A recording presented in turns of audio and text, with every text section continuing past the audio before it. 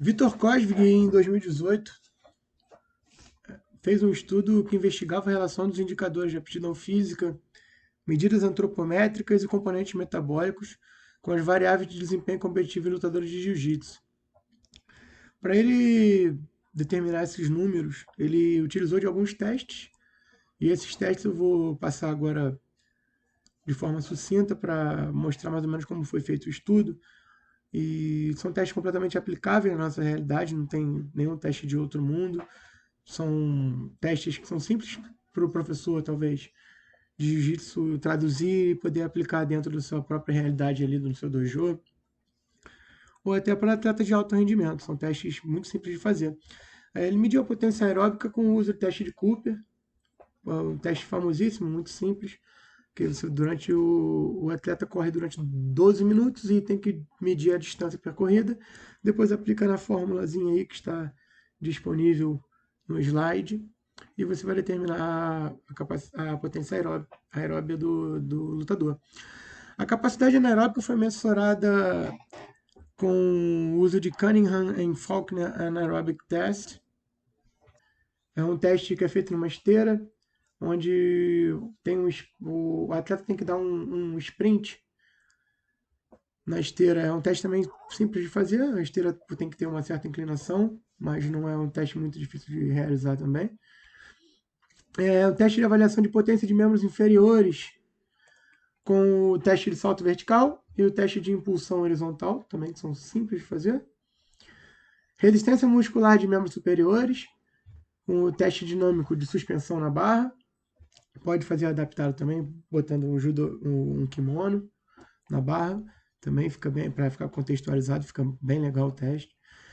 Força isométrica específica de membros superiores, onde o atleta se pendura na barra e o técnico marca o tempo que o atleta consegue ficar na barra. Potência muscular de membros superiores, através do teste de arremesso de medicine ball. Resistência de membros superiores, com o teste de flexão máxima. Resistência abdominal, contabilizando o número de abdominais que o lutador consegue fazer durante 1 minuto. A flexibilidade com o sit and reach, né, por meio de sentar e alcançar. E a potência aeróbica máxima e a velocidade associada. Também feito na esteira. E se utiliza dessa equação que está aí embaixo para chegar a um coeficiente. E o autor diz que ao utilizar modelo de regressão baseado nos dados coletados nos testes e elencados com análise técnico e tática, as variáveis de aptidão metabólica podem explicar em até 31% as respostas de variáveis técnico-táticas ou de tempo e movimento no jiu-jitsu. O teste de aptidão anaeróbia proposto parece prever de modo significante diversas variáveis de tempo e movimento, entre 15% e 24%, e técnico-táticas, como percentual de passagem de guarda, 31%, e frequência de chaves articulares, 16%. As variáveis decorrentes de testes de força e potência de membros superiores, como testes específicos com o kimono e arremessos de medicine ball, podem explicar as variações na frequência de alavancas de forças binárias em 31% e no percentual de estrangulamentos em 14%, na de chaves articulares 24%, na frequência de golpes com êxito 44% e na efetividade dos golpes 27%. O autor também sugere uma análise multifatorial capaz de melhorar e predizer o desempenho do lutador. Continuando nos protocolos de avaliação, eu vou dar uma lida no livro do Leandro Paiva, Pronto para a Guerra. Na verdade está aqui. É um livro muito bom, muito importante, eu acho, para quem quer começar ou quer se aprofundar mesmo na preparação física. Tem bastante conteúdo, é bem legal. E ele se utilizou dessa tabela com as avaliações e os testes que ele utilizou. E eu vou ler de forma sucinta os testes e o tipo de avaliação. A cardiorrespiratória utilizou o teste de Cooper, assim como o Vitor. A neuromuscular, dinamometria da mão, teste de 1 RM para força, resistência abdominal, teste de barra e o teste de Wingate. Antropométrica, massa corporal, estatura, diâmetro ósseo, perimetria e composição corporal. Para flexibilidade, ele utilizou o teste de sentar e alcançar, e também utilizou um teste que é muito interessante, eu acho que para o jiu-jitsu, por dentro do contexto. São testes angulares. Ele utilizou um flexímetro para fazer isso, flexão de tronco, extensão de tronco, flexão do quadril, extensão de ombro, extensão de joelhos e flexão de joelho. Eu acho que esse tipo de medida de flexibilidade fica mais contextualizado dentro do jiu-jitsu. Devido ao tipo de prática mesmo. Muitas vezes o lutador está deitado, está numa posição não confortável e mesmo assim exige uma flexibilidade dele. Eu acho que fica super dentro do contexto do jiu-jitsu esse tipo de teste. Dermatoglífica, são as impressões digitais. A simulação de combate ou combate em competição com análise subsequente do lactato, para medir o lactato sanguíneo. O Special Judo Fitness Test, que é um teste que é... Tá até aqui o vídeo, vou até mostrar para vocês. Bem simples, bem interessante.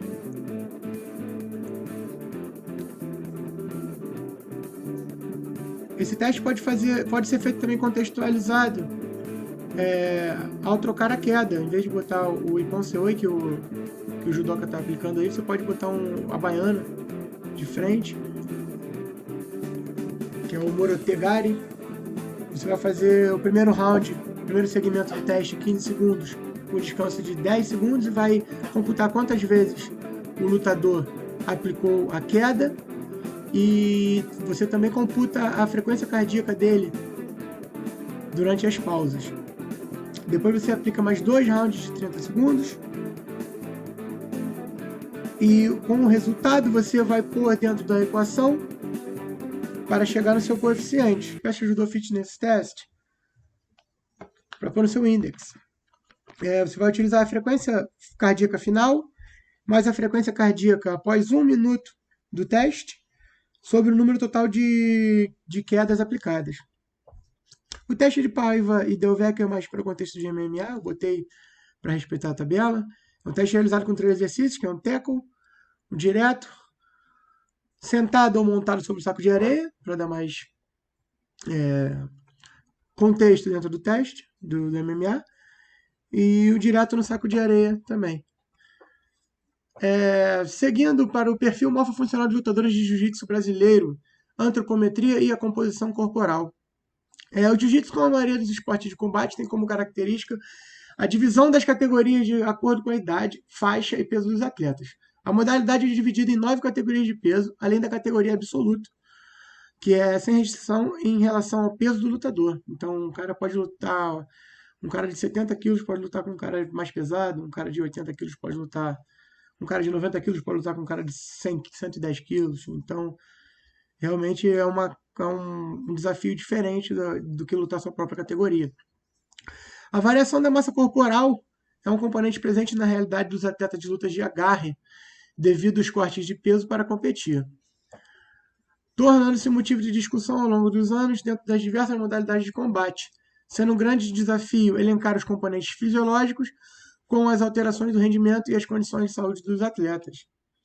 Isso já entra numa outra discussão, que é sobre o corte de peso e o quão saudável seria esse corte de peso ou não, e o que alteraria na performance do atleta cortar o peso. A análise da composição corporal dos atletas é um fator-chave que pode ser utilizado como forma de controlar e avaliar os componentes físicos. Estudos feitos em outras modalidades de lutas de agarre, como wrestling e judô, sugerem que é possível distinguir o nível competitivo de atletas de acordo com a composição corporal. Os atletas que possuem um nível profissional possuem maior massa magra e menor massa gorda. São atletas de alto rendimento, meio que lógico, né? Esse tipo de comparação. O atleta com um percentual de gordura alto pode ter uma perda na performance em atividades que exigem a movimentação de massa corporal. Segundo Escobar Molina, 2014. O aprimoramento e o ganho de massa muscular dentro do limite de determinada categoria de peso pode proporcionar ao atleta uma vantagem em relação ao rendimento físico. Uma vez que não tenha mais diferença, ou então os atletas tenham um jogo muito parecido e tenham atingido um nível técnico tão alto